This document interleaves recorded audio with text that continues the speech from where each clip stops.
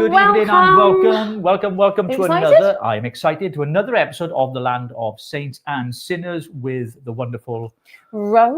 and me, the Saint Richie. Well, I say I'm a saint. What do you Well, reckon? in the intro, you're wearing your gear. Yeah, that's but I'm just not the sure intro. you actually are. I hope really you like our new saint. intro, Ashley. I think it's really good. I think it's really cool. Your mate did that for us, so appreciation. Absolutely appreciative. Yeah, and thank you for joining us tonight for another live episode. This is 3 in a row. 3 whole episodes in a row. I'm slightly knackered now. Are you really? Yeah, but I'm enjoying it. Yeah, we love bringing out the good in you. Oh, and the good and in get you. into see. Well, we were in green yesterday. We're all in blue today. Yeah. You look like a conservative.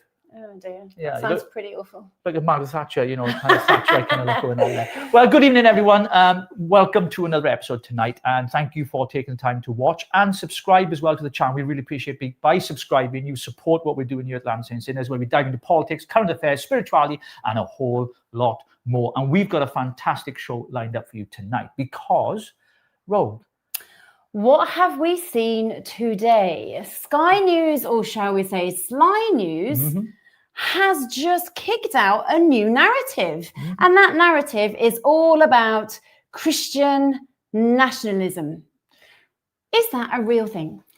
I don't really know, but we've got some guests on tonight who are going to explain some of that to us, because they featured actually in the Sky News report. One of them happens to be a friend of the show, the good old Bishop, which we're going to come to. In fact, he's been called, apparently, the far right Bishop. I've never known an office called far right Bishop before. I mean, I think it's a badge of honor, to be honest with you. I'd wear that with pride. Definitely with pride. With pride. Well, pride badge. You wear a pride badge. You never wear a pride badge. You never wear a pride badge, would you? Don't start. I would wear that with honor then, for goodness sakes. Yeah, I'll get you a pair of Elton John glasses as well if you want. I've got the Marmite. We have Marmite and Elton John are now a thing. Talking about that, don't forget to follow us on all the media platforms like TikTok and, of course, on X. In fact, we've got if you're not following us on X, please would you do so? It's coming up on your screen right now. This is us on X, so make sure you follow us at Land Sinners. We'd appreciate a follow. We do a lot on here as well on X. We're live tonight. We're live on X. So welcome to our X audience. It's the first. I think we tried it last night. I don't know if it worked, but we're live here on YouTube right now. And can we ask you to share the broadcast on your social media as well? We'd really appreciate it because we'd love other people to get involved.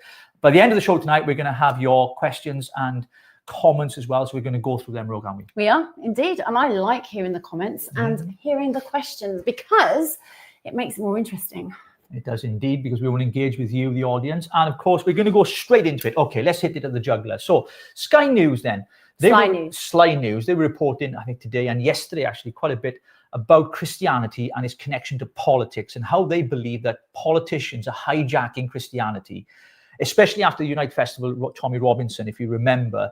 You know, there was so many Christians there, so many crosses being paraded.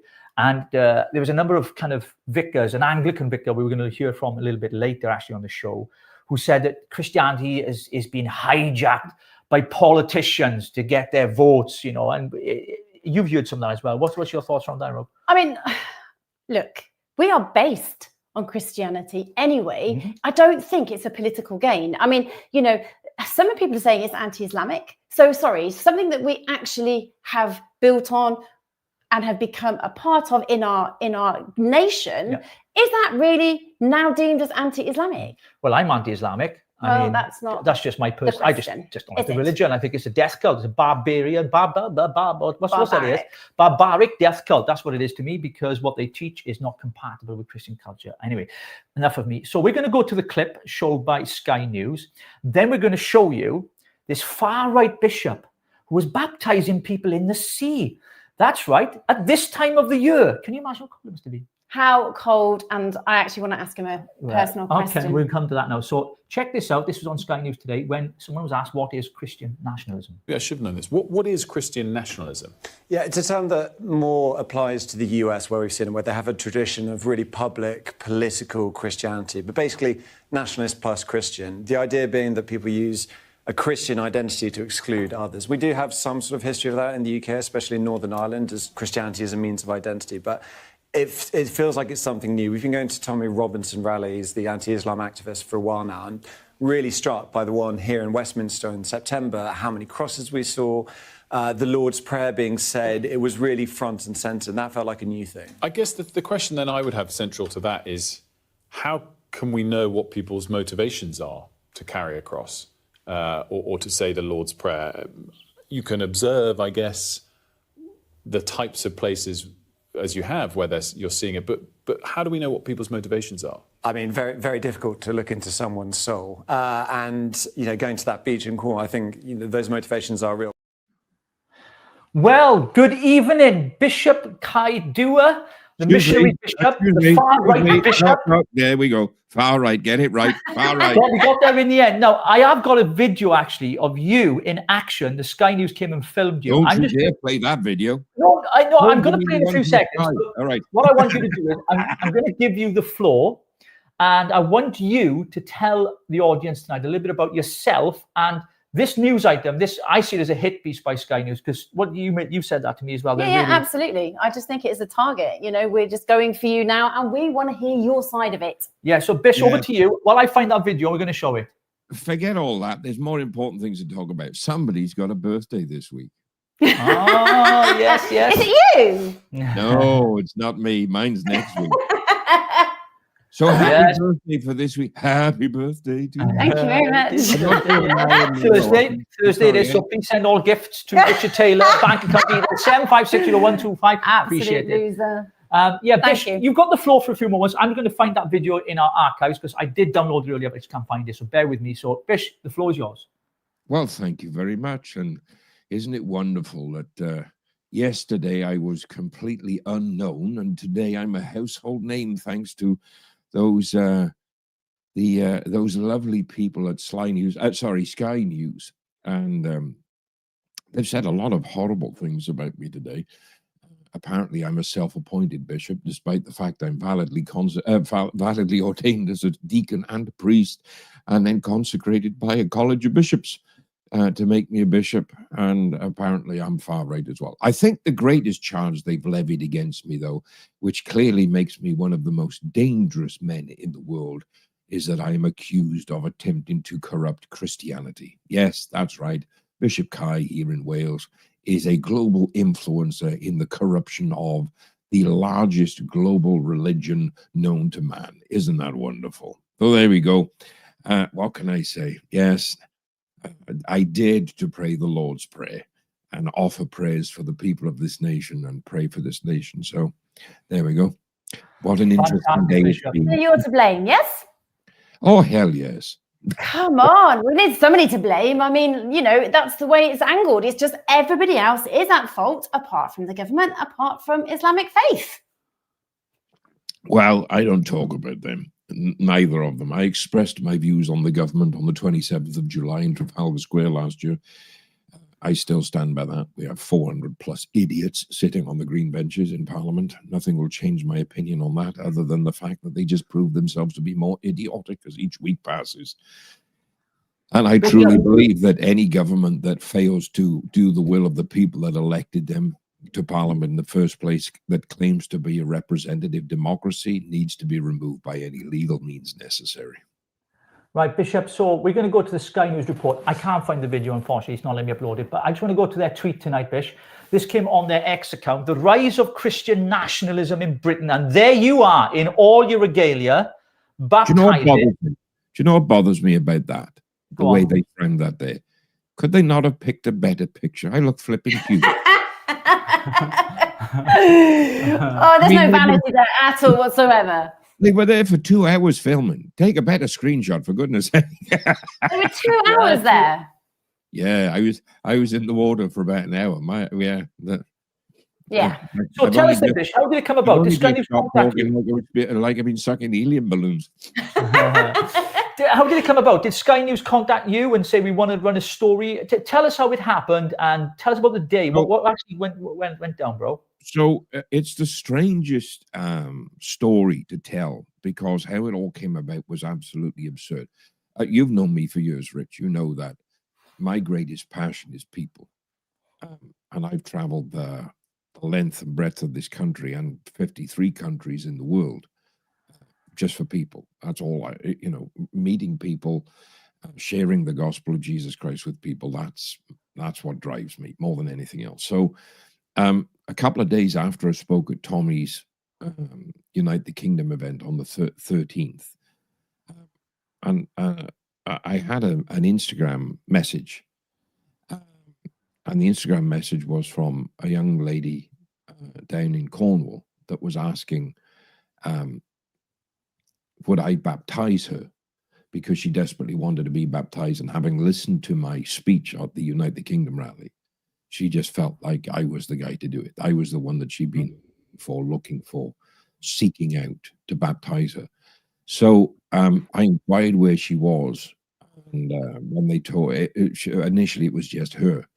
And then it was her and her partner decided they wanted to be baptized. When they told me they were in Cornwall, they were kind of reluctant about, not reluctant, they were kind of reticent that I would probably say no. And I said, well, Cornwall's not that far away, so sure, let's do it.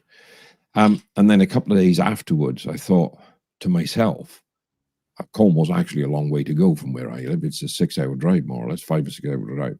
So I texted them back and said, I hope you don't mind, but we're just going to put out an appeal on social media for anybody that wants to be baptized, so that it kind of makes it worth my while, traveling 10, 11, maybe 12 hours to be there to baptize them. But if that takes away from the importance of your baptism, then tell me and it'll just be you. And they welcomed it. So we put out a public appeal, and we had people contacted me right up till the night before the baptism took place asking to be baptized. One gentleman traveled hours, 5.5 hours from Kent to come and be baptized. Others came down from Birmingham and further beyond. It was an absolutely incredible day. So after putting it out and seeing me, Tom Cheshire, the guy that did the interview, was present at the rally on the 13th and went from there to Texas to cover the Charlie Kirk Memorial, and then came back and reached out to ask would I be interested in doing an interview. Well, I'd just done one for BBC, which incidentally they canned because apparently I wasn't far right enough. But yesterday they've decided to resurrect it because now I'm far right enough. I mean, Bishop, coming on that, what does it mean when they call you a far right bishop? Right? For our audience, right? First of all, what is the issue? I mean, what classifies you as far right, in their opinion, when it comes to the mainstream propaganda pushed by Sly News, by the British Bashing Corporation? By the way, we've just been done, as you know, Tim Davies stepped down as the director, big attorney general. Bigger and better cock-ups, I call them. Yeah, absolutely. So why do you think they tagged you as a, and we're going to come to our second guest tonight, a friend of ours as well, and yours, Bish, is Pastor Ricky Doolan, because of course he featured in the Sky News report as well, and I know that he recorded his own show on it as well, which is great, because we know Sly News are like. They're like he came off far worse than I did in that interview. Yeah, he's just backstage now laughing. So yeah, let's get him on. I tell you what, let's bring him on. Let's bring you both on. Let's have you all. Yay, Ricky, how are you doing, mate? Good to see you. Hello. Good evening. How are you doing, my friend? You came off far worse than I did, mate. No, Bishop told me that the first thing this morning. That was the first thing he said to me. There's the link, and you came off worse than me. Well, Ricky, I'll tell you what we're going to do. We're going to show. I did a Bishop's whole thing, right? The Sky News report itself. But I don't, for some reason, the streams let me put it up. I could try download it. It's not happening. So we'll probably come again. It's fed up of watching that crap as well. But it's great. I think it's fantastic. It's great testimony to what you guys are doing. But we're going to come and ask some really meaningful questions after this, because there's a lot to get through. We want to talk about Christian nationalism, what that means. We're going to talk about spiritual awakening that's happening in our country, because it's happening more and more. Rose's got loads of questions burning to ask as well, I know. So we're going to come to that. Let's watch this clip first and we come straight back. I think we saw that at Unite the Kingdom in some ways. There was one Belgian politician, he said, it has to be clear that Islam is our real enemy. We have to get rid of Islam. Islam does not belong in Europe, and Islam does not belong in the UK. That got a big cheer. Did it get a big cheer? I think what's happened is people are so fatigued with the fruits of people that say they follow Islam that they are tired with it. Do you agree with that statement? I don't agree with the statement, because it's just not something that is realistic. And we have to look at, right, if we can't fix the problem, then that statement would make more sense. But I would like to try and fix the problem first. So if we can't fix the problem, you're saying maybe Islam doesn't have a place in Europe, it doesn't have a place in the UK. But if innocent people are being killed because of religion, then it's something we have to look at seriously. Wow. Well, Ricky, that obviously has gone viral as well. I know Bishop's has, but let's come to you for a moment, Ricky. Tell us, how did it come about? We've asked the Bishop there what happened. Sky News came to you and said, we want to do a report on how did they approach you, mate? Tell us all about it. Run us down. Right. So it came after September the 13th, the Unite the Kingdom, the momentous event, obviously in central London. And it's so funny because they must have got hold of my email address from somewhere. So they came through the email address, but they didn't come alone.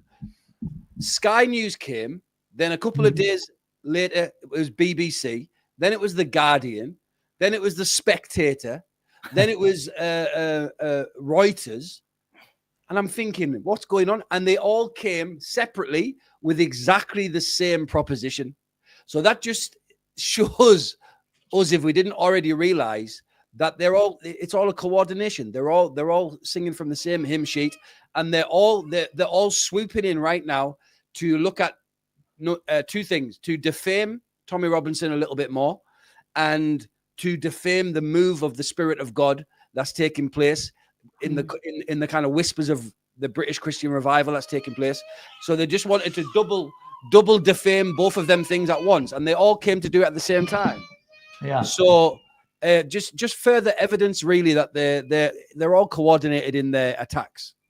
Yeah, absolutely. And we kind of guessed that, didn't we, watching the clips, Rogue, didn't we? But it's that kind of thing they were asking, Christian nationalism. That's what you picked up on, didn't you? I mean, yeah, the way that they're saying, how do we determine somebody's soul? Because people are coming across with their crosses and they're holding them up, how do we determine what is actually Christian and what is Christian nationalism? I mean, it is just a ridiculous thing to be posing. And they're now reframing it as all being anti-Islamic. And we're sat here just kind of going, yet again, another narrative is being pushed, and we are going to be the far-right Christian soon. Yeah. Well, I am anti-Islamic, actually. I don't care. I just say as it is.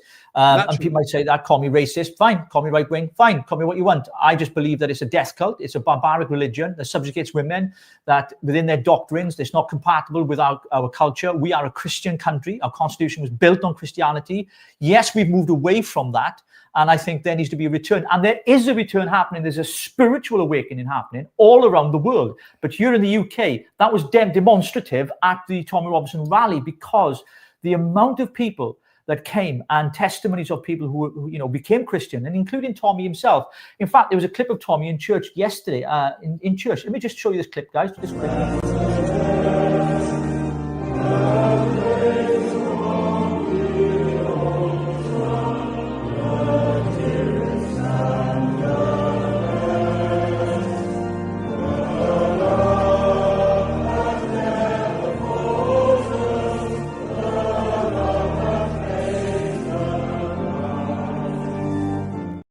Wow, what a lovely hymn. No, I love the hymns, right? I know you two are probably into more charismatic stuff, but I'm a bit old-fashioned. But Bishop, you're not. I know that. You nod in your head there. I mean, it's been amazing to see Tommy's journey, hasn't it? His journey of faith. And I know that a lot of people have been involved now. Lots of people have been praying for him. We were at an evangelical church a few months ago, might have been more longer than Ashley, and I met a guy who said he'd been praying for Tommy. Tommy didn't know him. He doesn't know Tommy. And, I didn't know him either. And he said, I've been praying and praying that Tommy would come to faith. And of course, the criticism when someone with his kind of stature, with his popularity, makes a statement of faith, we know the attacks come. I mean, you two have kind of been with him a lot, some of the rallies, and you've been leading worship at the Unite things as well, Ricky. I mean, what's your friendship like with Tommy, and how has this come out? Because you visited him in prison, didn't you, Ricky? Yeah, I visited him in prison 3 weeks before he got released, actually. And they banned everybody from going to see him for that period of time when they were playing some political games with him. And then when that ban got lifted, I went to see him. And, we had a long conversation in that visit. It's a 2-hour visit. And we talked about politics and all that stuff. And then we switched on to the gospel. And he'd been having 3 visits a week from the prison chaplain. And he was like properly into these visits and the Bible studies and all of these things that he was finding out. So while we were talking that, I told him about salvation. I told him about the prayer of salvation and asked him if he would want to do it right now. And that was in front of 2 prison guards and based in Bougie. And he agreed, and he did the prayer of salvation right there in the prison visiting room. And That's obviously in Christianity, that is the key moment. That is where you're accepting Jesus Christ as your personal Lord and Savior, where the doorway to heaven is now open, and your journey and relationship with Jesus Christ has started. And that's why it's been disappointing, but not unexpected, to see some of the Christian quarters coming out and kind of criticizing and judging him.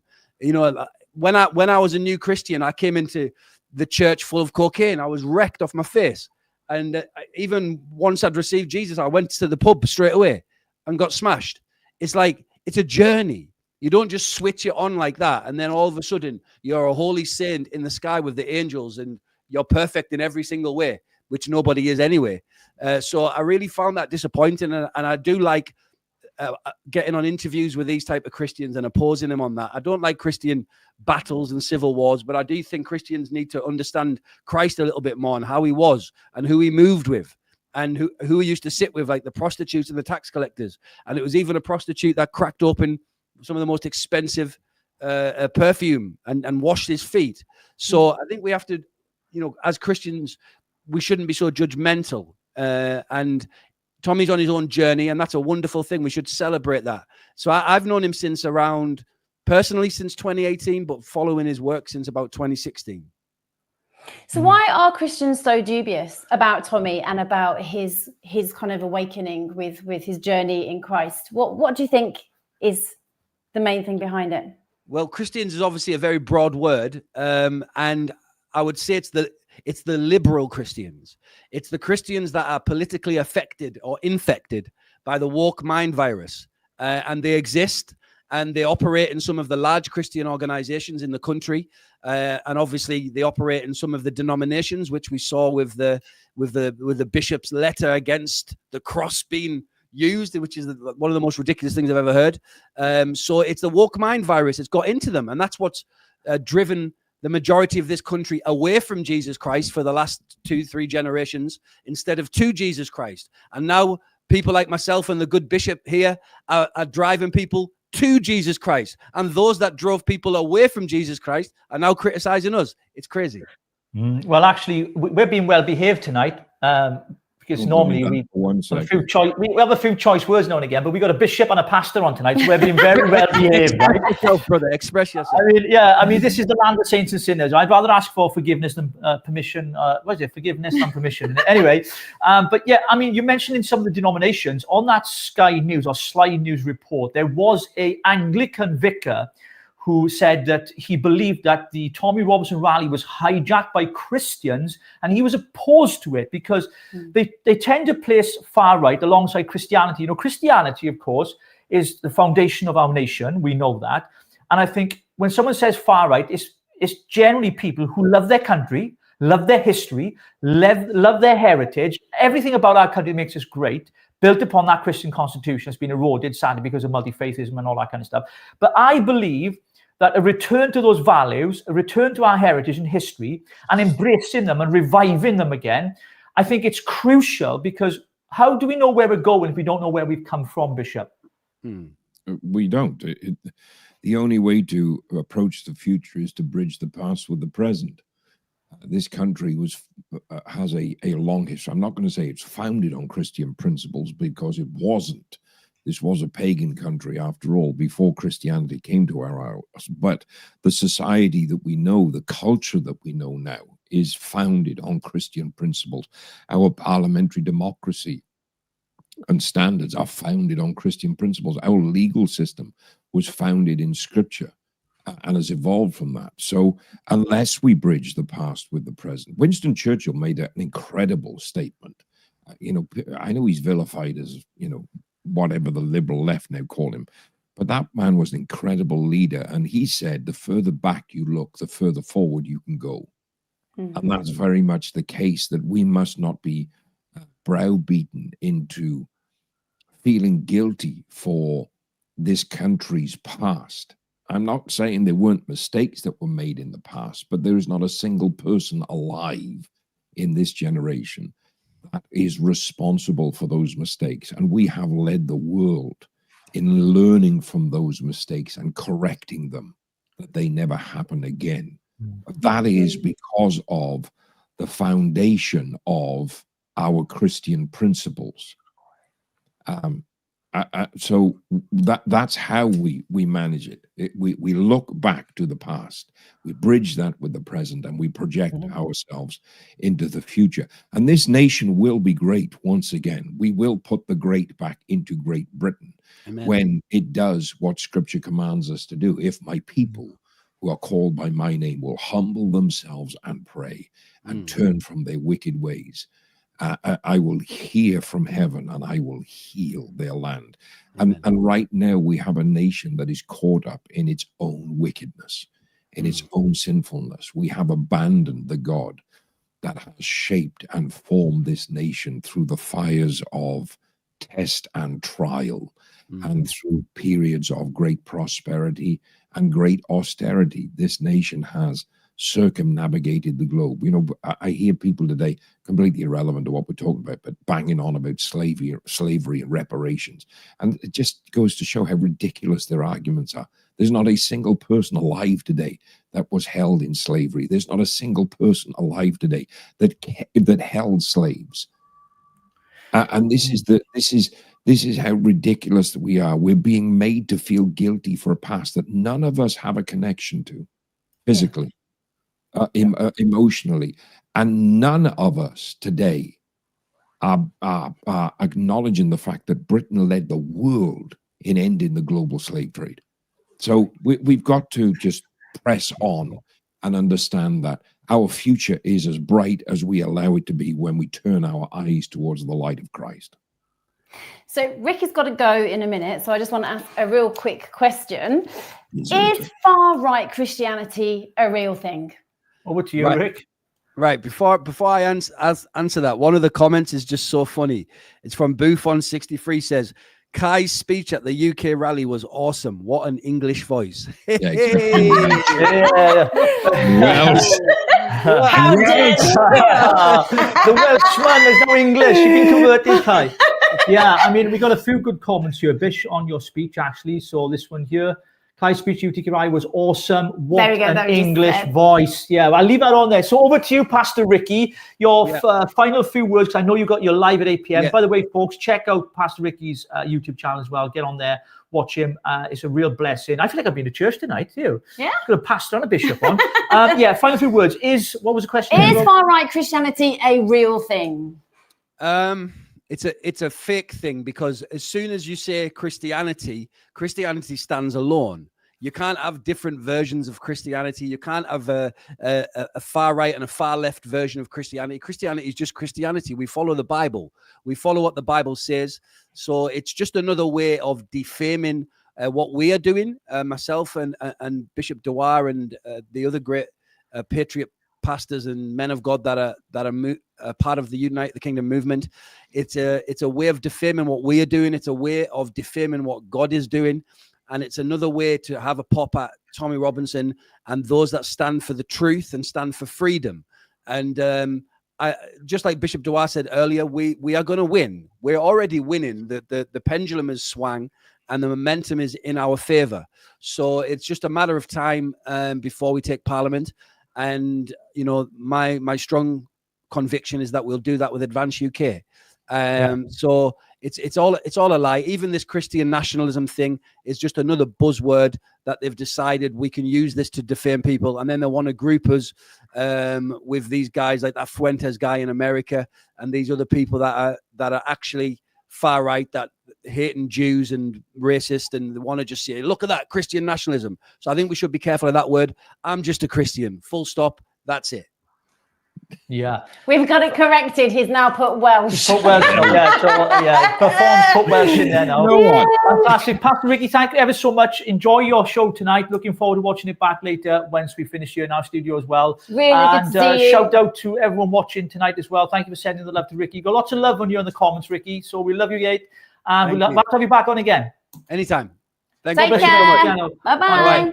That's it, folks. He's So forgive me. Bishop's not going anywhere. He's staying right here. We're not getting rid of Bishop. He's staying right where he is. There we go, Bishop. Well, we got, we were going to get you for 10 minutes, but we're keeping you for longer. We're keeping you for longer now. Yeah. I'm absolutely heartbroken. Forget the damage that Sky News have tried to do today. On Richard Burton's 100th birthday, I'm called English. No, it's a nightmare, isn't it? We're going to work through some of the comments and questions. If you've got some questions for the Bishop tonight, please ask your questions, because we'd love to hear your interaction as well. Don't forget, if you're watching on X tonight, Lance Sinders, because we're live on there tonight as well. So please, will you follow and share, repost the broadcast there as well. Really appreciate that.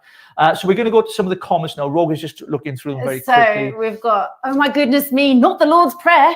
I think I just might be far right. Yeah, if you do the Lord's Prayer, you're far right, apparently. Our Father who art in heaven. How was that far right then, Bish? How do you work that out? Because I didn't, I didn't pray it in Latin. That's what made it far right. Oh, right. Yeah, that's not far right. Next time. I should have got up on that stage and gone, Pater Noster, quies in celis, and everybody would have known, wouldn't know what the heck I was saying. There we go. Caroline has said there was Christianity at the very first Tommy Robinson UTK rally 18 months ago. It's not a new thing, but it's definitely on the rise. I was there. You were. This is where it all sparked. I mean, how did it feel, Bish? You get on that stage. I mean, I know Ben Habib, our party leader of Vans UK, was on at the last one, and he spoke wonderfully and so powerfully and clearly. The only politician to actually accept an invite, because, of course, the controversy around Tommy Robinson, because he's far right. He's not far right, he's just right. And he's exposed so much scandal in this country. And it goes up high up to politician and everything else. And Ben Habib got on the stage. I mean, I remember him getting up, and, he's small of stature, but he's so warm and so loving. And he's such an intelligent man. He's a great orator. And, for him to stand up in front of that many people, I mean, you and I have been involved in Christian circles, done things, but still, it's still nerve-wracking, isn't it, when you get up in front of that many people? He did it well. Ben did a phenomenal job. He made a comment that did tickle me pink, because he only he said, what was the comment? Yeah. So no, the banker, isn't it? No, not the one he made publicly. He made a private. Right. Okay. All right. Somebody this backstage. Come on, Bishop. Spill the beans. Come on, Bishop. All right. Hang on, let me just, Buffon 63, I'm just playing with you. All is forgiven. I've been called far worse than English, trust me. Brilliant. Yeah, I mean, it was. No, the comment. Oh, right, go on, I'm waiting. Stop talking, let's find out. Let's listen. Come on. I was talking to Ben after the event, and we were talking about my speech, and he said, my word, you're a hell of a speech giver, but by God, you're awfully imposing in all that garb that you wear. I said to him, the garb ain't the problem. The fact that I'm 6'4" and 20 stone, that's the imposing. Well, I have met you, and I found you very warm and very lovely. So I'm glad to have you on today, so we can have conversations. And actually, you're not intimidating whatsoever. Like I said in the Sky News thing, I am not the things that people say about me online, and that proves that they never met me and they don't know me, because I'm a 6'4", 20 stone teddy bear. For those who've just joined us, because we've got 141 year on just on YouTube alone, just live. Thank you for joining us. Thanks for tuning in. Thank you. We just want to show you why we got the Bishop on tonight for a whole number of reasons. And the question was, is far right Christianity a real thing? We're going to come back to that. But Bishop appeared on Sky News today. This was the tweet they put out earlier yesterday, I believe it was, Bishop, wasn't it? The rise of Christian nationalism. They put it out on YouTube yesterday. Apparently, Sky News' new policy is to put stories they're running with out on their social media 12 hours before. It went live on Sky News this morning from 6 o'clock. It's been on several times, and every time it's been on the top of the hour or just after the top of the hour, they've retweeted, or they put it, and you tweet, they put a whole tweet narrative in about me being self-styled and all that kind of nonsense. So yeah, it's just been an interesting day.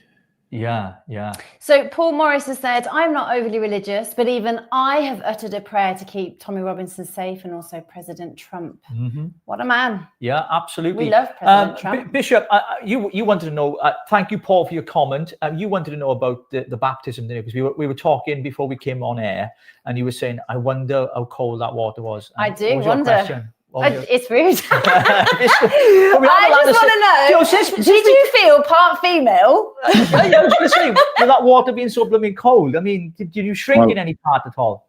I unfortunately not the part I wanted to do. My belly's just as big. I have to confess that having had permission from the Archbishop, because I knew it was cold, then I would be awfully cold in that water, and I was going to be in there for a while. So I did, as many people see from the picture, put my wetsuit on underneath. So it wasn't as cold as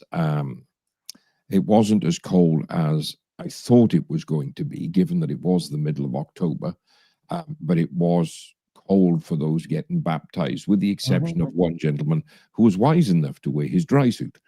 And like Deacon Pete and I wore our wetsuit. But it was the bit of skin that was exposed. It was awfully chilly. Yes, I bet it was. Well, Rose got a question from one of our friends. You're gonna have to read it. Can you see it? No, I can't Can you see it? We're both going blind. Trying to make Christianity synonymous with far right. Is it just another attack? Well, let me answer that question. Right? Let me answer that question, because it's quite simple. Since we've had a Labour government in July of 2024, we've had repeated attempts to label anybody that doesn't follow the leftist narrative as far right. The problem with that is it's not that those of us on the right have become far right. In fact, my politics is more center right than anything else. It is the fact that the liberal left have moved so far to the left, particularly with the new Labour government that we have in the United Kingdom, that because of that, the view is that everybody that is right of that must now be far right. And that's purely because the left has moved so far to the hard left. Sorry, I was like fighting with the microphone then. We were fighting on the computer to try and get the comments up. Oh my God. See, Bishop, this is our third live, isn't it? So we're kind of newbies, working really. With the stream. Yeah, and I'm plus as well, I'm going blind and I'm going deaf in both ears. I mean, he's becoming a bit of a nightmare, to be honest. Yeah, but anyway. As long as you're not going deaf in both eyes and blind in both ears. That would be a massive problem, wouldn't it? You're saying that, though, because when he was a pastor, he is responsible for one miracle, which is why they ousted him. He made a blind man lame, so they got shot. Yeah, well, there we go then. Yeah, we did indeed, Bish, we did indeed. We were going to talk about a few things now. We might as well keep you on for the rest of the show, actually, because we've got a couple of things we want to get through. But we're going to go through some of the comments here. We got someone saying you two should team up and go on tour of churches in England and tour with Advance UK. Now, that would be good, wouldn't it? Mm-hmm. We've talked about doing that, haven't we? Yeah. Going on the churches. I think it'd be really good to go into churches. I think there is some compatibility with Advance UK and Christianity, Bish, isn't it? Given the fact that Ben Habib has been very clear of how he sees the party going and his emphasis on Christianity being central to the party's mission. Things like equality of the law, freedom of speech. Do you think that politics and religion together can be a difficult mix? Can it? State and church, we talk about. It's a very difficult thing. We still have, people forget. They keep talking about the separation of church and state. We still have a church, a state church. The Church of England is a state church. It's the only church in the world formed under law. It's the Church of England is intrinsic in our legal system. It is intrinsic in our parliamentary system. Where it fails is that it has neglected its responsibility to be the moral voice of this country. It's decided to pick a team, and unfortunately, that team it's picked is the leftist liberal political nonsense and the agendas of the left, instead of being what the church should have always been. We have two sides in the political spectrum. You have the left and the right, whether you're center left, center right, moderate left, moderate right, hard left, hard right. We have two teams. The church's responsibility is not to pick a team and play the game. We're supposed to be the referee on the pitch calling the match, telling them these are the rules of how you play. Mm-hmm. And unfortunately, the Church of England and many other churches, not just the Church of England, but in particular, being a church formed under law in the state church, because we have 34 bishops sitting in the upper house as the Lord's spiritual, they have negated that responsibility and forsaken their sacred duty to be the moral voice and the moral compass of this country by going on this leftist, liberal, woke nonsense agenda that they've pushed. Yeah, I was going to ask a question on that, Bish, while Rose's going through the comments here. I just want to ask you, do you think the church has become too woke? I mean, you know, we've seen so much of it now, you know, especially in America, of course, where they're coming out, you know, you got trans vicars and all kinds of weird things going on. Do you think the church, I'm not talking about the church, I'm talking about the established church now and different denominations. Do you think they've become far too woke? Undoubtedly, and the truth of the matter is, it's not just the established church, like you said. It's happening in every generation, and the turning point is, and I've said this multiple times, right? We've seen various agendas in different bodies of Church of England, Church in Wales, Church of Scotland, the Evangelical Alliance, and all manner of other bodies. I shouldn't say not so much the Evangelical Alliance, that would be disingenuous of me, but you know, the Methodist Church is a great example of a move towards a woke agenda. Baptist churches in various parts of the United Kingdom, even some evangelical churches that have, you know, forsaken the truth of Scripture for a more cultural agenda. When we get to that place where ideology becomes the predominant thing that drives you, when you have to change the canon laws and the canon of Scripture to fit your ideology, guess which one is wrong? Because it ain't the canon. Your ideology is wrong. And unfortunately, what we've had is 50 plus years of church trying to become socially relevant instead of scripturally true and remain to being what Jesus told us. We are salt and light. We are the ecclesia. The Greek word church literally means the called out, the separated one. The fact that it begins with the prefix ek indicates that what follows after that in any Greek word has a violence to the nature of what follows. We are taken out of this world by force, the force of the revelation of the gospel of Jesus Christ that separates us from this world in which we were living. What did Jesus tell the disciples? You are in the world, you're not of it. Yeah. And because of that, when we've tried to mainstream the move of God to make it more socially palatable to, you know, middle to upper class society, the church has completely moved away from the very thing that made it what it was in the beginning. And now we see the rise of cultural agendas and social agendas that are more prevalent than adhering to the truth of Scripture, because what we want is acceptance and conformity to the crowd instead of being separated, because that's a far harder journey to walk than simply fitting in. But as you know, with me, I refuse to conform to the crowd. Yeah, so I carry that weight.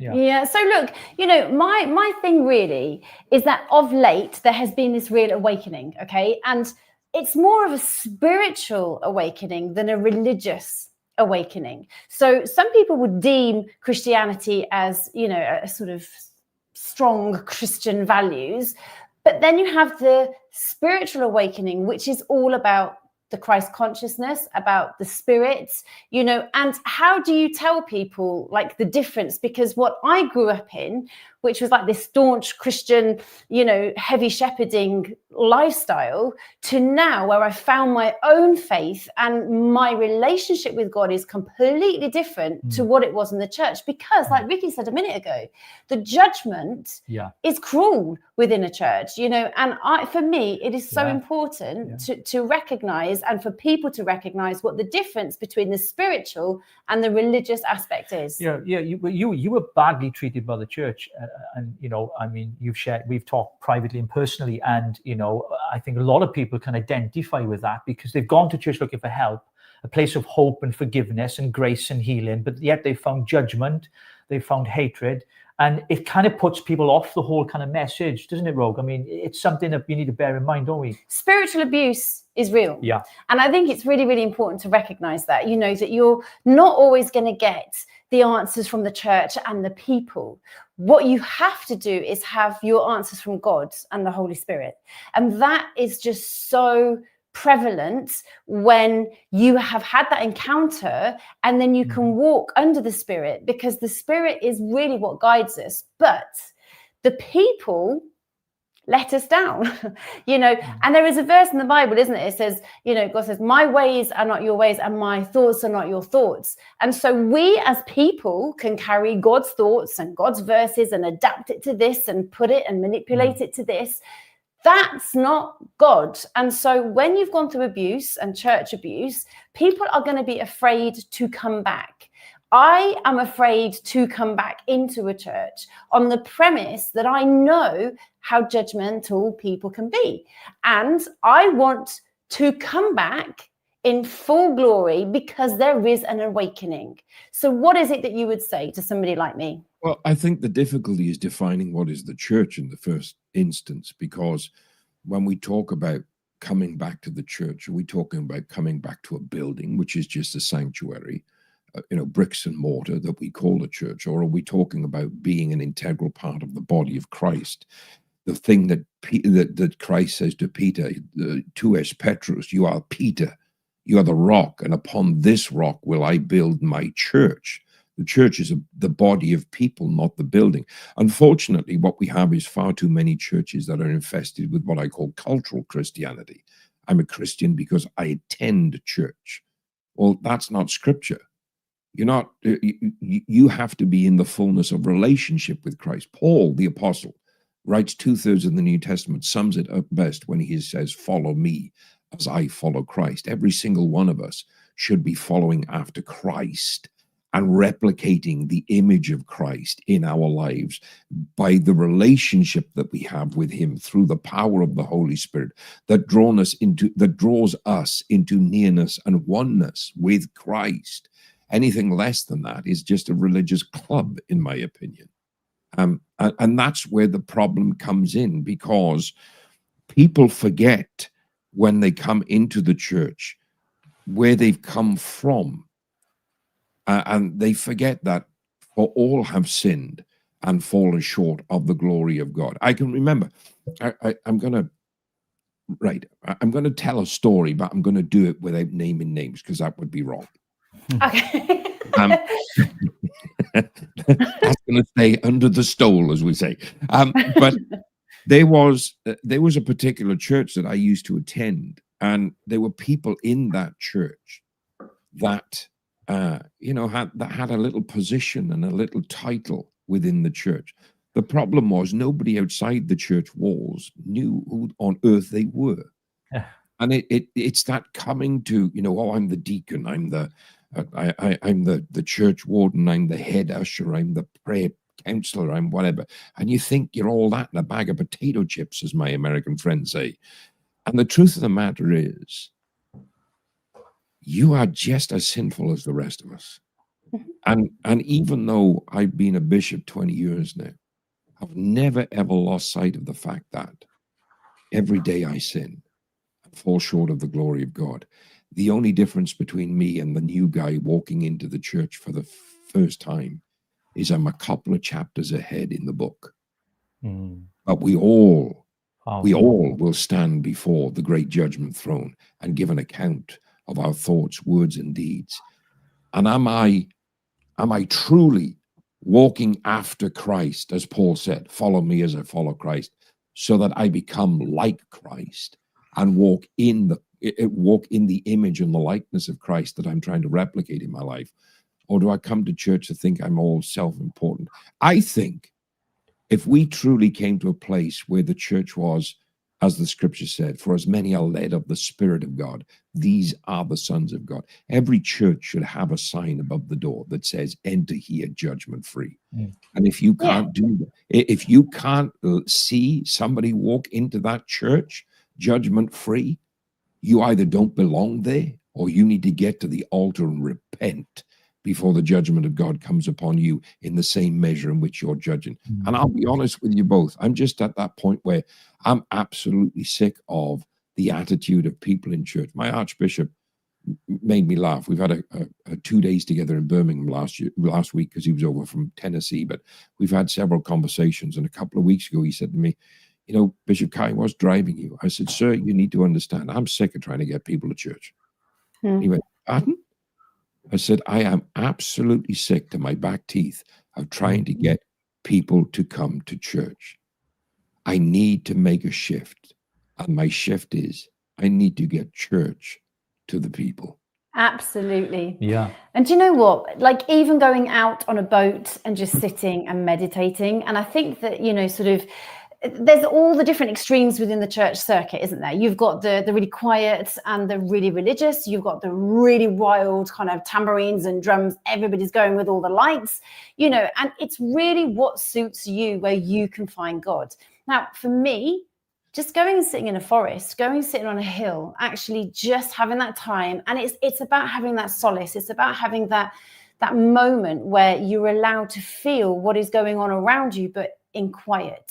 And, you know, Jesus used to take himself off. He would take himself away from the hustle, the bustle, and the busy, and he would just sit and he would reflect. And that is what is so, so important. And, you know, with nature, with connecting, with the spiritual, you know, that's where I found God. And some people will say, why, Bish, do I need to go to church? Why do I need to go into a building? Why do I even need to do that? Whereas you are now bringing the baptisms into the sea in Cornwall. Yeah. You are bringing, you know, God and Christ to the people. And that is in your actions. And like you said, you know, it's all about the judgment and how do we get there, you know, where people are feeling unjudged and completely loved. Because if you really, truly know God, you understand unconditional love. Well, in your defense, I do understand why you feel the way that you feel when you go the way you do. And that's simply because you're just weird. I didn't need defense, actually. Bishop, on that note, that's a wrap. I'm allowed to be weird because it's my birthday soon. Yeah, it's your birthday. Yeah, we know. So let me explain something to you, right? Because this sums up why I do what I do and how I do what I do, right? I've been in the evangelical church. I've been through all that celebrity culture nonsense. It didn't fill any hole in my life. It just made me get angry with the way that we were doing things, that preachers thought they were above other people. When I was made a bishop, I was made the chief servant of the people in the diocese. I've never forgotten that. But several years ago, I was at a place in Walsingham. I was at the Shrine of Our Lady of Walsingham for pilgrimage there. And there was a Catholic cardinal. He's a monk. He was the preacher to the papal household for 3 different popes. John Paul II, Benedict XVI, and then Francis when he was alive. And he was talking, because he's a spirit-filled, tongue-talking, Bible-believing Catholic monk, you know, papal preaching kind of guy.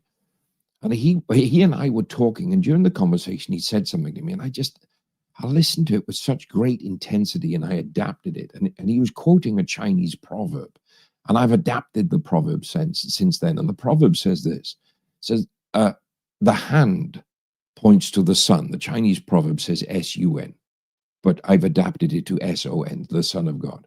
A wise man looks at the hand, and a fool looks at the finger. But the truly delusional individual is the finger that thinks all the attention is about them. Yeah. And I have never, ever lost sight of the fact I am but a finger pointing to Christ. It's never about me. It's not about building an empire for myself. It is about, is everything I'm doing, right or wrong, when I make mistakes, and believe me, I make mistakes, is everything that I am doing pointing to Christ? And if it's not, why is it not? So because of that, I got to a place where I began to pray, Lord, I just want to spend my life mending broken people. And God has given me that mission and that mandate. This is why I'm not trying to get people to church. I'm trying to get the church to the people. Because when we get the church, who is Jesus Christ, to the people, that's when we mend broken people. And so my whole ethos is, I don't have the Church of England, Church in Wales, Church of Scotland mentality. Open the doors and let them, and they will come. I have the mentality of Christ. Let me go to the woman in sin at the well.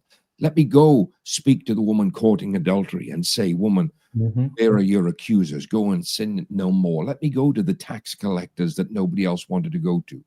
And that is what masculine Christianity, as people call it. That's what it's about. It's not about the show of force and the standing up like people saying. It's having the guts to go where Christ would go and men won't. And that's why the relationship we have with Christ is so important, because if you don't have that relationship, you won't go. So look, on the streets, we have preachers who are declaring words of God, speaking out of the Bible, and they are getting arrested. We have the Islamic faith who is there praying there 7 times a day, 5 times a day, and they are allowed to do so. What is going on? Well, that's a directive given to the police. I have that on authority from somebody that works inside the London Met, high-ranking officer, that if I expose him, will lose his job. The London Met have instructed their police, and it's now carried across the country, because of the violent nature of followers of an Eastern religion that will erupt in violence, and as we've seen multiple times they do, it is far easier to arrest the Christian street preachers, move them on, and what you'll find if you dig deep is later on, those that are arrested, so they can't bring any charge against the police force that's arresting it, are maybe an hour or so later, or once they've moved them 10, 20 miles away to a police station that's nothing connected to where they've just been arrested, they end up being de-arrested. So they cannot make an official complaint because there's no arrest being made according to the records, right?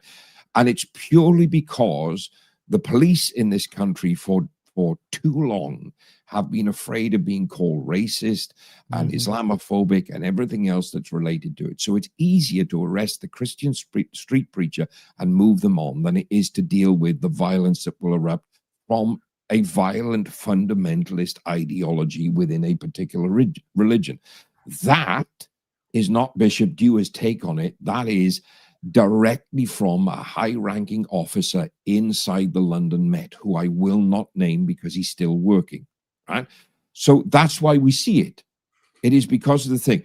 But we have got to get to a point, as the general public, where we stop listening to the horse manure that's peddled by the mainstream media and by the government, and accept that the Eastern religion we're talking about is not a race. It is religion. It is an ideology. My complaint is not with their nationality, their ethnicity, or their identity. My complaint is with the violent rhetoric of that religious belief and that legal system, that theocratic, dictatorial drive behind the fundamental text. And I thank God that as of today, there has been a landmark ruling in the High Court that now prevents them from attacking us for criticizing. I've said it for years. Every religion, mine included, is open to criticism. It should never be protected by law. It must be allowed to be criticized. But thank God today that a bold judge has bucked against the system and ruled that criticism of Islam is lawful. And it's just shot a massive hole in the government's attempt to bring in Islamophobia laws definitions, which is tantamount to a blasphemy law. Yep. I think it was Basil the Great on X, one of our friends, who posted this, Bishop, something you're referring to there. Landmark ruling, the right to criticize Islam protected under British law for the first time ever. Now, I didn't even know that we had this. There was a law, I thought it already existed. So this changes everything, this landmark decision by the courts, the British law, that we can criticize Islam, because prior to that, you could be potentially arrested, Bish, couldn't you? Well, I was threatened with arrest once because of it. And I'm not quite sure how, because at the particular event I was at, I never mentioned Islam once. I don't. Today on Sky News, right, Tom Cheshire said in his question to one of the people that got baptized that I preach politically about immigration and Islam. I've never mentioned either in any sermon I've ever delivered, not once. I've been interviewed on political podcasts and podcasts like you guys, where I talk about my beliefs. So that, my beliefs are there in the public forum. They're certainly not what I don't waste my time on stuff like that. I'm there when it comes to preaching. There's only one thing I want to preach. That's the unadulterated, pure word of God. I don't need to talk about Islam, immigration. I don't. People can watch what I preach. It's there on YouTube. So, this is a landmark ruling today for everybody in this country. And it's a big royal shove off Think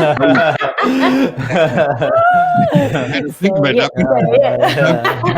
It's a big royal shove off to those on the liberal left that want to push for this Islamophobia agenda. Now, I'm going to say this. I've said it before. I'll say it again because I got the opportunity. Right? Islamophobia is a completely false construct. It is the product of mainstream media and politicians to give legitimacy to something that they have tried to push on the whole race argument instead of religious belief argument. It is impossible by legal and clinical definition to have an irrational fear of a religion. You can only have an irrational fear of the extremism of its adherents. And that is not Islamophobia.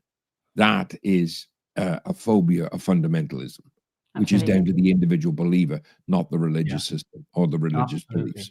Yeah, so we've got to start treating religious beliefs for what they are. We've got to stop allowing the government and the mainstream media to force us into believing that one particular, because they don't do it with any other religion.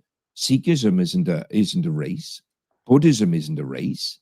Christianity isn't a race, but yet Islam is. And we have got to find the testicular fortitude. I have to say that because I'm not allowed to say balls. We have to stand up and find the guts to say, no, I'm not gonna be fed your lies and just swallow them anymore. I'm going to stand for what is true, absolute truth, whether you like it or not.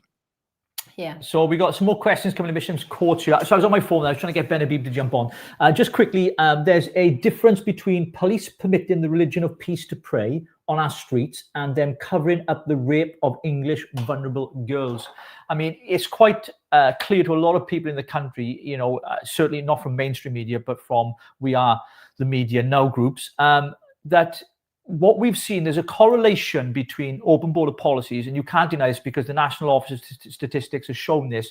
There's a correlation between open border policy and the amount of sexual harassment and rapes that have been happening in the last 10 years, Bishop.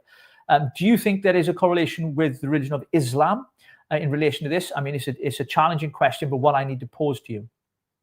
Well, the answer is yes. That's not my answer. That's proven factual information that's readily available. And a lot of that is purely because of the belief system, what is acceptable, what is written in their holy book, and strict adherence to the Islamic faith, and adherence to the Quran and you know, the surahs that are contained in it and the religious writings around it. They think that that these crimes to them are not a crime and perfectly acceptable. They think that marrying a child at the age of 6 and consummating the marriage at the age of 9 is perfectly acceptable. Now, the problem that we have is this, right? To us, it's morally abhorrent. And we judge that by our legal systems. We judge that by our common laws. We judge that by our common sense. And we are appalled that members of that faith don't find it that. But what we have to understand is our entire way of life is something they completely reject. So they're never going to judge it by the same values that we do when we look at it through Western civilization's eyes, when we look at it through Western legal system's eyes. This is where the disparity comes in of, you know, where we find it morally abhorrent and they find it perfectly acceptable. The standard by which we judge is just not, it's a standard that they completely refuse to accept. So they don't find it morally reprehensible. They don't find it completely unacceptable. And then the fundamentalists, because not every Islamic believer is a fundamentalist. Exactly. They say that roughly 15 to 25% of all Islamic believers are in that real fundamentalist side of the religion. The problem with that is, given the number of Muslims in the world, I shouldn't say that. Let me not specify people. Given the number of Islamic believers in the world, if that number is true and it's the upper side of it, the 25%, that's close to 450 million people worldwide. that want to see the entire Western way of life eradicated and caliphates established across the world. So that's an alarming number of people that adhere to this kind of barbaric 7th century religion. And that's not the position of all Muslims. And I'm not saying that as a cop-out. I'm saying that because that's the truth. You have 5% of the Islamic faith that are really deeply entrenched in this. Unfortunately, that 5% are massive in their numbers, but about 95% reject that. We've seen that with the Middle Eastern countries that don't follow these ways of life. And here's where Western civilization fails. The Saudi Minister for Foreign Affairs said it beautifully at a conference, that one day we'll wake up, because those countries around Iran, Iraq, Syria, Afghanistan, they won't take in those people. And we're welcoming them, Syria, Iran, Iraq, Afghanistan, Turkey, wherever it is. We're welcoming them in with open arms when their own people will not allow them in. That really should cause us to wake up as a civilization. And like I said, I was asked questions about, this whole thing of illegal immigration in Islam in the interview that Tom Cheshire did. He never put that clip in very strategically. You need to understand, my issue isn't necessarily with who's in the boat, because we have just as big a problem with immigration of the number of people entering the country legally and then never leaving.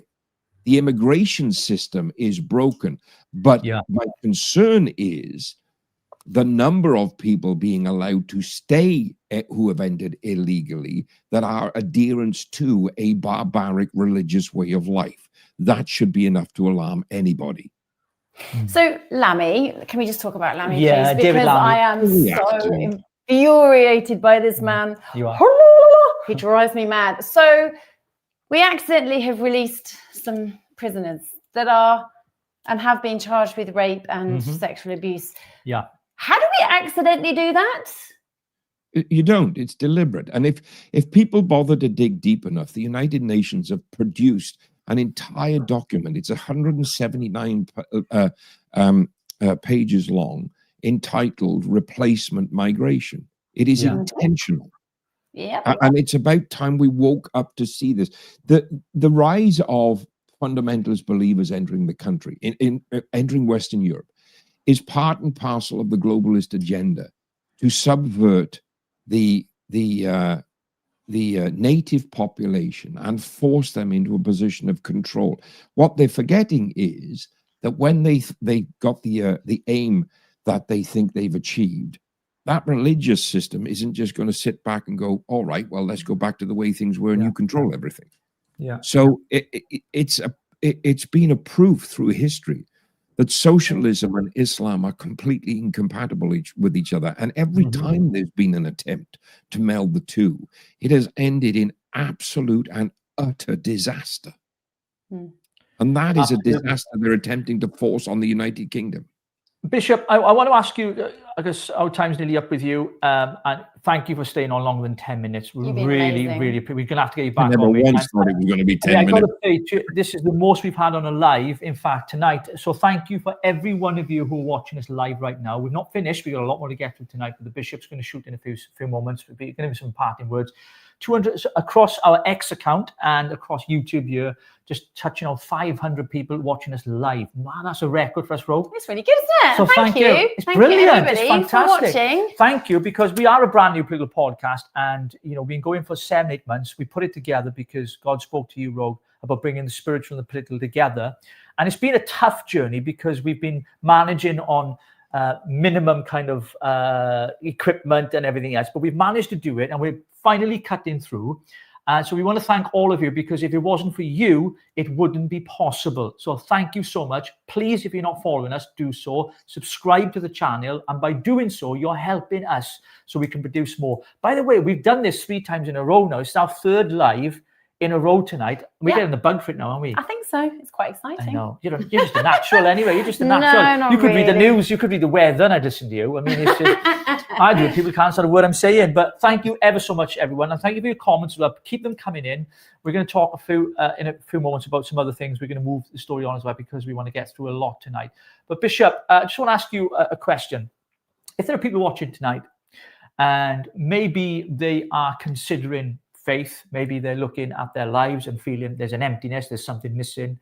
Maybe they have no interest in religion whatsoever. A lot of people would be in that boat, but they feel something is missing. What would you say to them? There is nothing that you can buy. There is nothing that you can do. There is nowhere that you can go that will ever fill a hole that can only be filled by the one who created you. Now, whether you recognize him or not, his name is Jesus Christ, and he is but one conversation away. The conversation begins simply when you say, Jesus, I am a sinner, and I know I am. I'm asking you to forgive me. That is as simple as it gets. And when you do that, that hole in your life is filled by him in the power and the presence of the Holy Spirit, and you begin to walk in a difference of life. And I promise you, my friends, I never thought that I would be where I am today when I made that commitment at 14 years of age. Having grown up in the church, ironically, having grown up in the church, never felt it. But at 14 years of age, I found that hole, and I found the one that fills it. It is like taking a lamp. You have a bulb, you have a plug, but if it's not plugged into the electricity socket, there's no power in it. It doesn't mean that the lamp can't shine light. Without the power, you will never see the brightness of the bulb. So tonight I ask you, my brothers, my sisters, my friends, will you put the plug back in the socket and commit your life to living for Christ? Just say these words, Jesus, I am a sinner, and I ask you to forgive me. And that is as simple as it gets. Wow. I feel I need to do it all over again. I think I need to get saved again, Bish. Can you? No, on a serious note, Bishop, thank you ever so much, because when we started the Saints and Sinners, we wanted to bring not just political stuff. We wanted to have the spiritual, and having you on board is fantastic. And you're a wonderful contributor. I've known you for many years. We've both known you for many years, and you know, you're gonna have to come back on, Bish, by popular demand. We've got people asking, how can they contact you directly? You can either go to Twitter is probably the best place, and send me a DM on Twitter. But I think there are certain restrictions after today on who can message me, just because I was getting bombarded with all manner of nonsense. So other than that, you can send me an email, and I will go into the comments later before I leave and put the email address in. Thank you, Bishop. But if you want to write it down, just send it to cdtv @mail.com, and it will come to me. And everybody thinks it's called that because of my initials, and it's not. It's Christian Dom, name of Christ. Fantastic, Bishop. That's amazing. And to everyone watching tonight, if you want to ask any questions confidentially, then please feel free to contact us here at the Land of Saints and Sinners. Our email is on our YouTube channel. You can send us an email or a message, and we'll endeavor to do our best to connect you to the Bishop. Any questions you have about faith or spirituality or Christianity, then please do get in touch, because we want to connect you and help you on your journey as well. So thank you, Bishop. It's been wonderful having you. Awesome. Round of applause for Bishop. Do you know what, Bishop? I just worked out on this thing. I can do a round of applause, you know. Let me just work it out. There is a thing here. Like that, around. But you've got I don't think you can. You can. Watch. Okay, really? There we go. See, I can do anything. You'd be surprised. I'm here all week. Yes, I'm here all week, sweeping up. Yay! Well, thank you so much for coming on. And again, if anybody wants to contact, we've got the email, or email us, and we will put you through to Bish Kai. Well, thank you very much for having me on, and a very happy birthday for later in this week. I hope that someone spoils you. The whole world will know it. The whole world will know it's a birthday on Thursday. Trust me, right? They will. Well, look at that. I know it's rude to ask a lady her age, so I'm not. But what? But having said that, I already no. How heavy are you? Yeah, no, I am the. Am I the big? You're not. You're not. No, I'm no. right. I keep You're on not. thinking that I'm 50, No, and everybody's saying that I'm not. No, you're No. not. 1976. It doesn't make not make you 50 down. I told you it doesn't. So I got a confession to make. So birthdays, you and I are exactly a week apart because my birthday is next Thursday, and you and I are the same age. Yeah, there we go. So you know what it is, then, Bish. If You know you were how a old I am. wine connoisseur, you would know that that was also a very good year for vintage. So good things came out of that. There we go. There we go. Ta-da! Well, Bishop, thank you very much for coming Thank on. you. And, we Take look care. forward- There we go. Yay! That was the wonderful Bishop. Oh, don't we Rogue. just That was love awesome. him? Wasn't it great tonight to have two guests on? We had a bishop and a pastor on. I feel like I've been to church, man. I feel like I've been to church too. What a crack of a song. No, do a Kumbaya. Is there a number like that? Something like that? No, let's not. No, all right. That is so old-fashioned. Is and it? So in the past. Thank you, Bish. Comments coming in. Thank you. Keep your comments coming in, guys. This is amazing. Richie, I don't see any email address. Okay. We'll post it in a second. I'll just check with the bishop. I'll just message him We now can and do we'll that. post No, it in the comments. Our email address as well. Yeah, I think that's no problem. I can type it in here. It's CDTV because I know it. CDTV. It's in the comments now. We're right. At mail. It's quite an easy one, isn't it? Can you not contact him on X? We need to contact him on X. You can find him on X as well. There you go. Email is right there. Right there, guys. So, we wanted to round off tonight. A couple of things. We talked a lot about church tonight, Rogue and me. And both of us have experienced church in our lives, through different ways. But you touched on... We met at church. We did, yeah. We did meet at church. Do you want to know how I met him?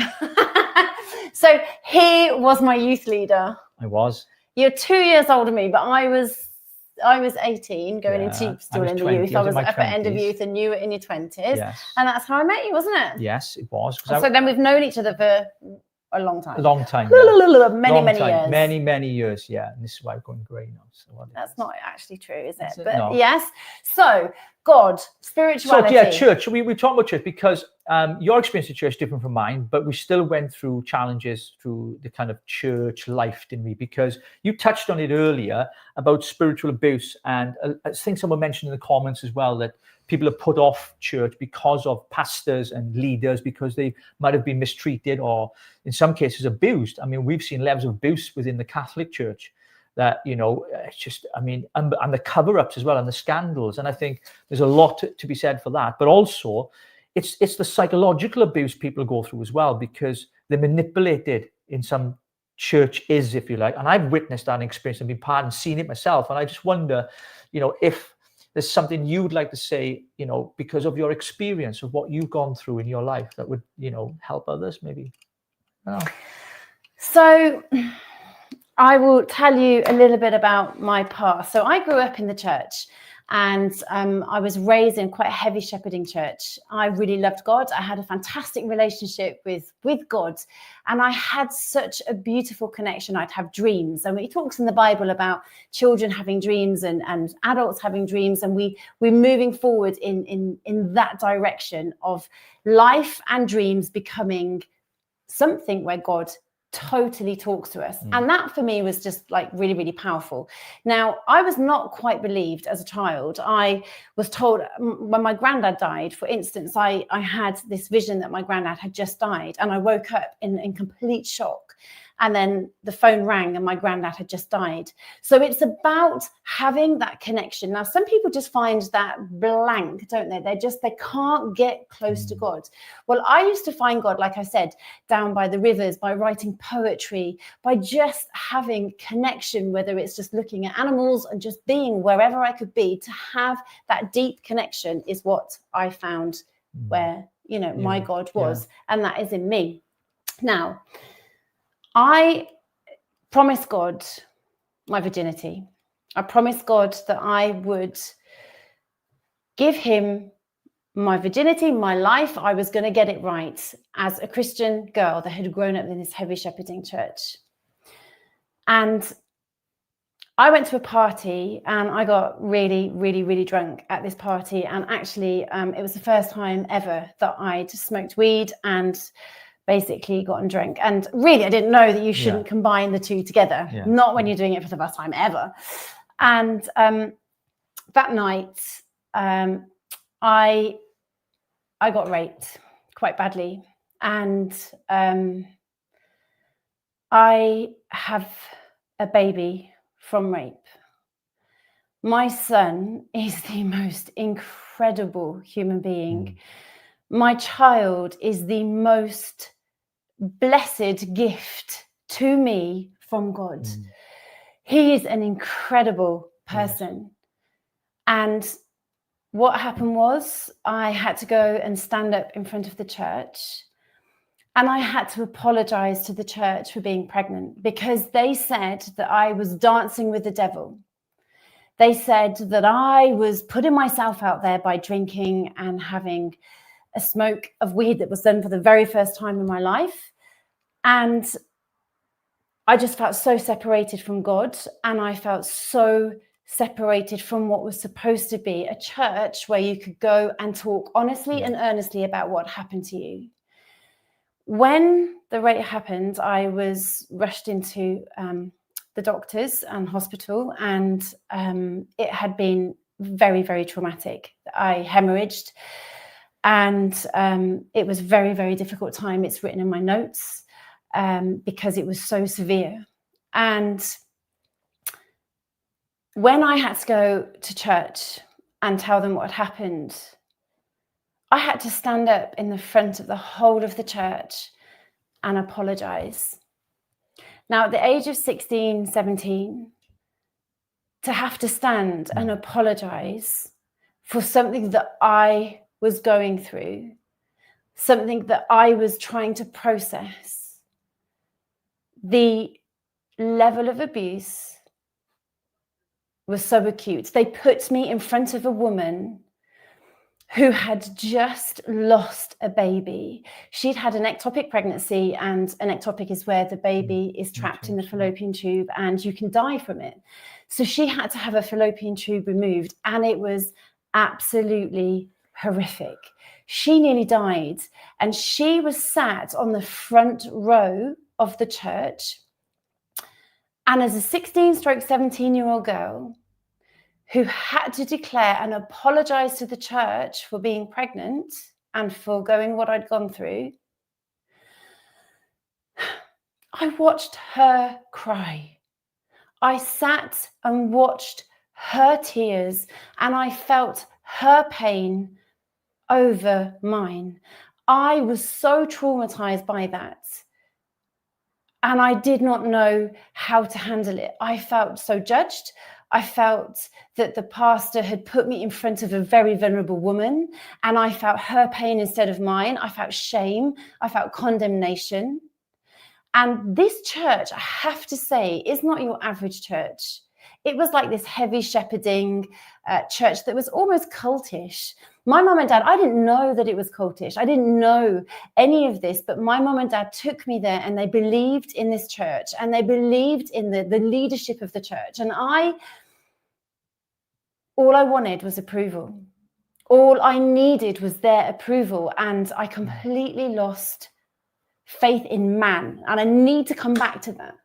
I lost faith in man. You have to remember, you have to separate church and God, because God is everlasting. God is omnipresent, and God is my connection and my spiritual link to keeping me grounded and me safe and me sane, actually. Because when man has failed me, when man has delivered nothing but judgment and utter contempt for my situation, God has remained, and God is everlasting. Now, some people may say, you're just being weak. You're being weak. And I'm saying, not at all. I have gone through going what I've gone through, which was a violent rape, which was a hemorrhage, which was being rushed to hospital, which is then having to stand in front of the church and then apologize. My relationship, weirdly, grew stronger with God, and my trust in man was completely like, it was just repelled. I didn't want to be around people. And the beautiful thing is, love has to win. I am not a victim. I have come through as somebody who understands it, and I overcame it. And I had a deep-rooted relationship with God, with my Christ consciousness, with the spiritual. And that is what has kept me going. And I just understand the word love now. I understand the word love because my child is 31 years old and he has the biggest heart. He is the biggest blessing and honestly, He is, yeah. the biggest joy, the biggest joy to me as a mother. I am so proud of him. And he's so proud of him. And when you understand why I went into counseling, it was to fix me.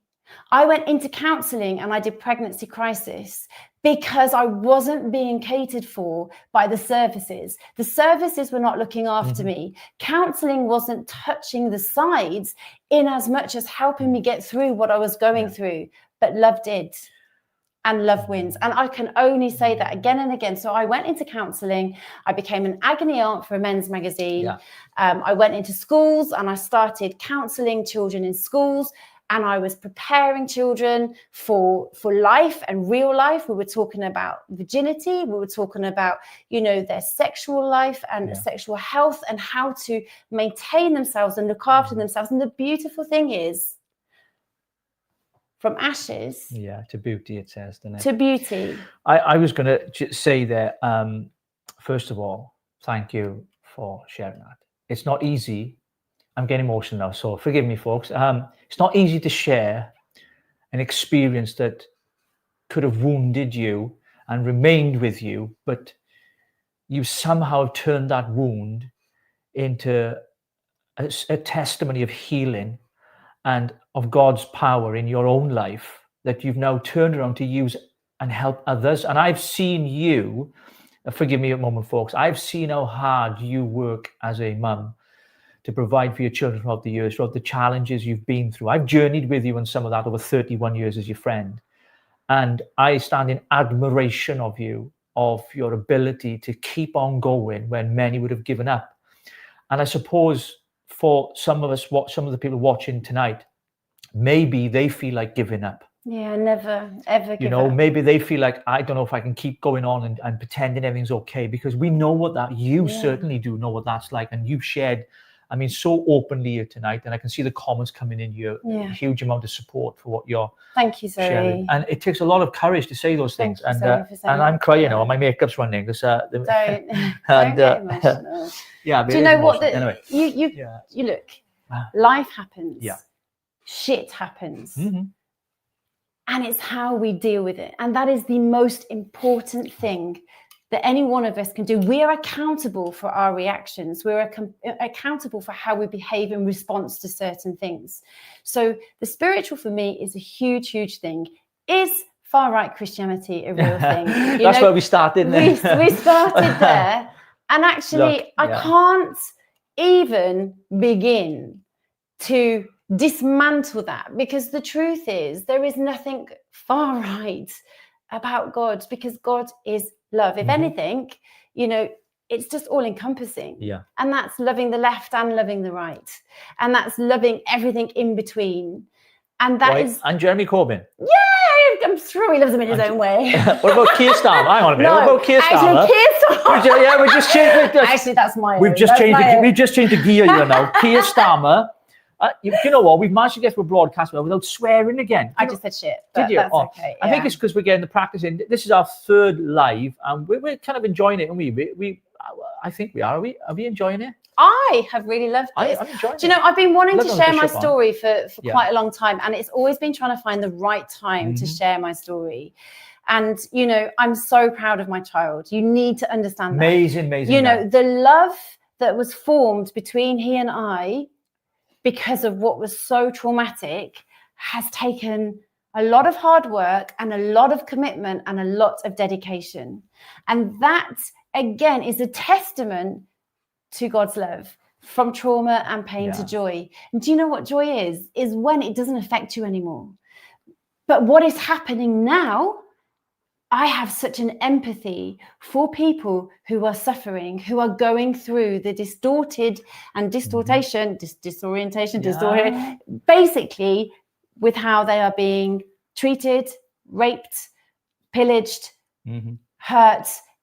I feel that for them. And I will stand shoulder to shoulder with each woman that has ever gone through that until not one of us claim that we are victims. Not one of us claim that we are damaged goods. We are not damaged goods. We are strong women who have come through something, and we can actually hold that testimony high up in the air and say, I just don't care. Literally, I am holding God right there, and he has been my forebearer. Absolutely. And you exude that in so many ways. You're a strong woman. I know you are. I swear a lot. But that doesn't mean I don't love God. And some people judge you on that. And like, she swears. It's like, do you know what? I was brought up in a church where we weren't allowed to swear. That is my one little go-to where I like a fucking swear. Oh, yeah. And I have to let it out. And that's okay. That's why she's the sinner and I'm the saint. Yeah, but it doesn't mean to say that I don't love God, because I absolutely do. Talking about Sinner and Saint, our new intro, we love it, don't we? Well, yes. Have any of you seen our new intro? Well, we've got some new people on here tonight, so let's just show you. This is our introduction, right, to the show. I think it's great. I think it's so Christian. It's fantastic. It's so fun. Yeah, check this out.